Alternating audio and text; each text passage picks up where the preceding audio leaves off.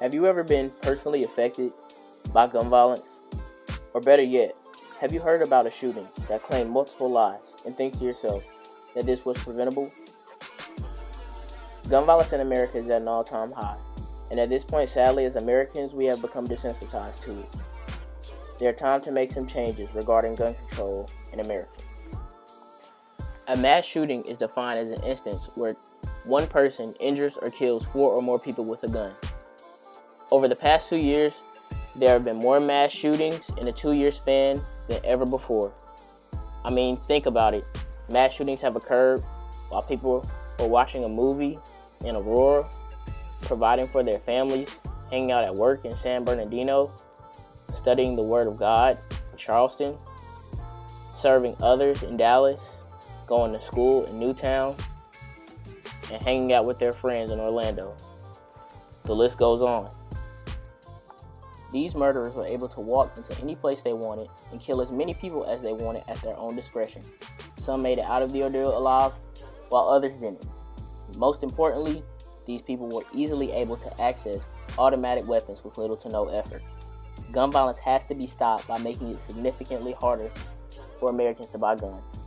And the first order of business is that gun laws need to be reformed to prohibit Americans from being able to legally purchase automatic weapons.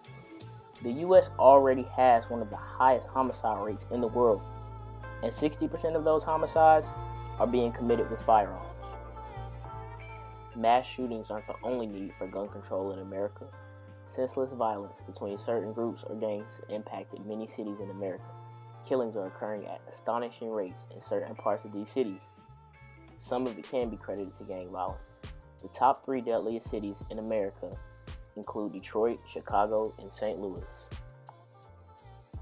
So, let's take Detroit as an example. Detroit is a city that has been heavily affected by gun violence. Over the past few decades, Detroit has been considered one of the most dangerous cities in America. The murder rate is 8 times the national average, and aggravated assault is 4 times the national average. Around 82% of all homicides in Detroit are committed with firearms. Detroit is the 3rd deadliest city in America, coming behind St. Louis and Chicago.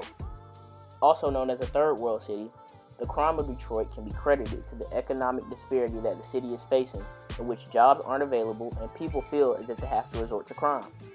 This can be seen as just outside of downtown limits there are many abandoned buildings, and there's also a lot of poor infrastructure. But on the bright side, an encouraging stat is that in 2016, Detroit had the lowest homicide rate that it's seen in several years. St. Louis is a city recently troubled by gun violence. Northern St. Louis is host to some of the deadliest neighborhoods in the country. Residents in these neighborhoods have expressed that it's because they can't get guns off the streets. And to make matters worse, in September, the Missouri legislature passed a law allowing gun owners to carry concealed firearms without a permit. Residents are now arming themselves for claims of protection and that they don't feel protected by the police. This process has to be reversed. More guns will never lead to more peace. The state of Missouri has to put into place laws to counteract violence in their most popular cities. Chicago is a city experiencing no economic trouble, but it does hold the title of deadliest city in America. The issue of violence in Chicago started to pick up in 2012, and it's only gotten worse since. The violence in Chicago is mostly credited to gangs. Gangs in Chicago are going at it day in and day out, claiming thousands of lives. Most of the lives taken are those involved in the senseless disputes, and sadly, some are just innocent bystanders. Over 600 homicides have been recorded in Chicago this year, making it the deadliest year the city has seen in the last 2 decades. The problem is, guns are being purchased illegally. Local governments have to go after the black market to stop the flow of illegal firearms that continue to corrupt a great city. To combat gun violence, the main issues that need to be addressed are gun control and the justice system. For example, the government has already stated that they want to do more thorough background checks for people who purchase guns, but that simply isn't enough. A limit should be placed on the amount of guns that humans can buy. Regular civilians shouldn't be able to have a collection of guns.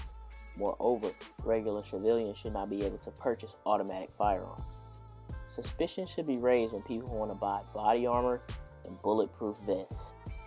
With that being said, those things should not be available to regular civilians. The justice system has to be reformed to where Americans are afraid to commit homicide. Honestly, I suggest doing away with the death penalty, which is already in effect. And for people who commit mass shootings, this might sound crazy, but I would suggest implementing some form of torture instead. Because killing multiple people for no reason is unacceptable, and life in prison is about the same as getting away with it. The government has to rule with an iron fist on illegal gun possession and go after the black market. In conclusion, I'd like to say that I'm not against Americans having guns, but I do believe gun control is needed to limit gun violence. I asked you earlier, have you ever been personally affected by gun violence? And that answer was probably no. But at the rate we're going in America, there won't be many Americans left that will be able to answer that question with the same response.